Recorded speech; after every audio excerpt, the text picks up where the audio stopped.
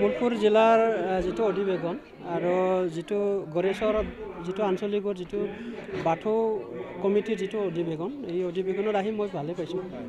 কাৰণ সেইটো আমাৰ বড়ো জাতিৰ যিটো ধৰ্ম বাথৌ, সেইটো এই ধৰ্মটো আমি ৰাইজৰ ওচৰত মানে দাঙি ধৰিবলৈ পাই মই সুখী হৈছোঁ।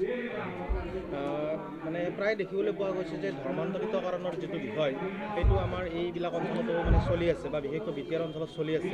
মানে বেলেগ বেলেগ ধৰ্মৰ পৰা মানুহ বেলেগ ধৰ্মলৈকে সলনি হৈছে, কি ক'ব এই ক্ষেত্ৰত? এইটো ধৰ্মান্তৰণটোতো কৰিবলৈ কিছুমানে চেষ্টা কৰিব, কিন্তু আমাৰ উদ্দেশ্যটো হৈছে যে নিজৰ ধৰ্মটো কেনেকৈ আমি ধৰি ৰাখি আমাৰ ধৰ্মটো কেনেকৈ প্ৰচাৰ কৰিব লাগে, এইটো টাৰ্গেট কৰি যদি কাম কৰে, কোনেও ইয়াত আহি মানে ধৰ্মান্তৰণ কৰাৰ মানে ইমান নহ'ব, সুবিধাজনক নহয়। যিহেতু বড়োসকলৰ মানে বাথৌ তেওঁলোকৰ পূজে, বাথৌ ধৰ্মইতো আদিম ধৰ্ম। হয় হয়, গোটেইখিনি মানুহে কেনেভাৱে লৈছে বা বাকী জনগোষ্ঠীৰ মানুহো আচলতে বাথৌ ধৰ্ম আঁকোৱালি লৈছে বুলি আমি গম পাইছোঁ। নাই, হয় হয়, আপুনি ঠিক কথা কৈছে। এটা বাথৌ ধৰ্ম আজি দুই এদিনত সৃষ্টি কৰা ধৰ্ম নহয়, সেইটো হাজাৰ বছৰ যুগ বছৰ যেতিয়াৰ পৰা আমি বড়ো জাতি হিচাপে স্বীকৃতি পাইছে, সেইটোৰ লগে লগে ধৰ্মও স্বীকৃতি আছিলে আমাৰ। আৰু আমাৰ ধৰ্মটো কাৰো জাতি জনজাতি বা অন্যান্য মানুহৰ প্ৰতি আমাৰ নহয়। আমাৰ ধৰ্মটো হৈছে 5টা যিটো এলিমেণ্ট আছে, এইটো আমাৰ যিটো ভূমি আৰু বায়ু, জল আৰু যিটো আকাশ আৰু সূৰ্য, সেইবিলাক এলিমেণ্টছটো লগ লাগি যিটো সৃষ্টি হয়, এই সৃষ্টিৰ এলিমেণ্টটোহে আমি ধৰ্ম হিচাপে পূজা কৰি আহিছোঁ। কাৰণ মানুহ জাতি মাত্ৰ নহয়, বিভিন্ন জীৱ জীৱী যিমানবোৰ মানে লিভিং বিংছ আছে এই পৃথিৱীত, এই লিভিং বিংছে সেই 5টা এলিমেণ্ট নাথাকিলে নচলে। গতিকে সেইটো অকল বড়োৰ কাৰণে ধৰ্ম সেইটো হোৱা নাই, সেইটো জীৱ জন্তুৰ কাৰণেও সামান্য প্ৰযোজ্য।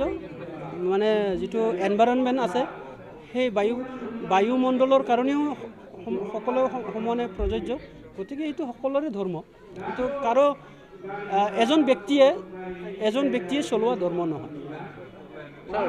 বিভিন্ন ঠাইত বাথৌ ধৰ্মটো বিভিন্ন ধৰণে পালন কৰি আহিছে, এই ক্ষেত্ৰত আপুনি কি?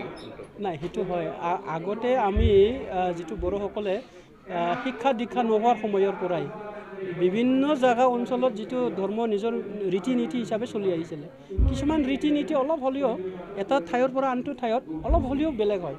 যেনেকৈ আমি ভাষা, মই যিটো অসমীয়া ভাষা কৈ আছোঁ, হয়তো উজনি অসমৰ ভাষাৰ লগত মোৰ নিমিলিব, বা কোনোবা বৰপেটীয়াৰ ভাষাৰ লগতো মোৰ কমপ্লিট নিমিলিব, কিন্তু সেইটো নহয় যে মই অসমীয়াই ভাষা কৈয়ে আছোঁ। ধৰ্মও এনেকুৱা, কিছুমান গাঁৱত অলপ নিয়মাৱলী অলপ বেলেগ, আৰু কিছুমান জেগাত কিছুমান নিয়মাৱলী অলপ বেলেগ, কিন্তু যিটো টাৰ্গেট, যাক পূজা কৰিছে, সেইটো হৈছে সেই যিটো 5 এলিমেণ্ট, আমাৰ সিজু যিটো গছ, সেই গছৰ গুৰিতে গোটেই পূজা পৰ্বতটো নিয়মটো ঠিক কৰি আছে। গতিকে অলপ চলপ বেলেগ হ'লেও এইটো কোনো কিবা নহয় আৰু অসুবিধা। অন্তিম কাৰ্যসূচী মুকলি সভা, এই মুকলি সভাত আজি মুখ্য অতিথি হিচাপে উপস্থিত থাকে আমাৰ কোকৰাঝাৰ গভ কলেজৰ এছ'চিয়েট প্ৰফেচাৰ আমাৰ কমল বৰদলৈ ছাৰ।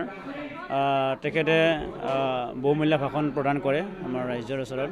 ধৰ্মৰ প্ৰতি আমি কেনেকৈ সজাগ হ'ব লাগে, ধৰ্মক আমি কেনেকৈ আমাৰ সমাজত প্ৰচাৰ কৰি আমাৰ সমাজখন কেনেদৰে আমি পৰিচালিত কৰিব লাগে, ইয়াৰ বিষয়ে তেখেতে স্পষ্টভাৱে আমাৰ ৰাইজৰ আগত দাঙি ধৰে। তো ইয়াৰ পিছত আমাৰ উপস্থিত থাকে আমাৰ বাথৌ মহাসভাৰ কেন্দ্ৰ কমিটিৰ উপদেষ্টা ডক্টৰ মংগল সিং হাজোৱাৰী, তেখেতে উপস্থিত আছে। তো আজি এই অন্তিমটো কাৰ্যসূচী আমি সফলভাৱে আজি আয়োজিত কৰিলোঁ, আৰু 3 দিনীয়া যি কাৰ্যসূচী 23, 24, 25, এই 3 দিনীয়া কাৰ্যসূচীও আমি সফলভাৱে আমি আয়োজিত কৰিলোঁ। যথেষ্ট ৰাইজৰ সহায় সহযোগিতা লৈ, যথেষ্ট দান বৰঙণি দি পেলাই আমাৰ এই কাৰ্যসূচীখন সফলৰূপে ৰূপায়ণ কৰাৰ ক্ষেত্ৰত যথেষ্ট আমাৰ আহ্বায়ক কমিটিক ৰাইজে সহায় সহযোগিতা আগবঢ়াইছে।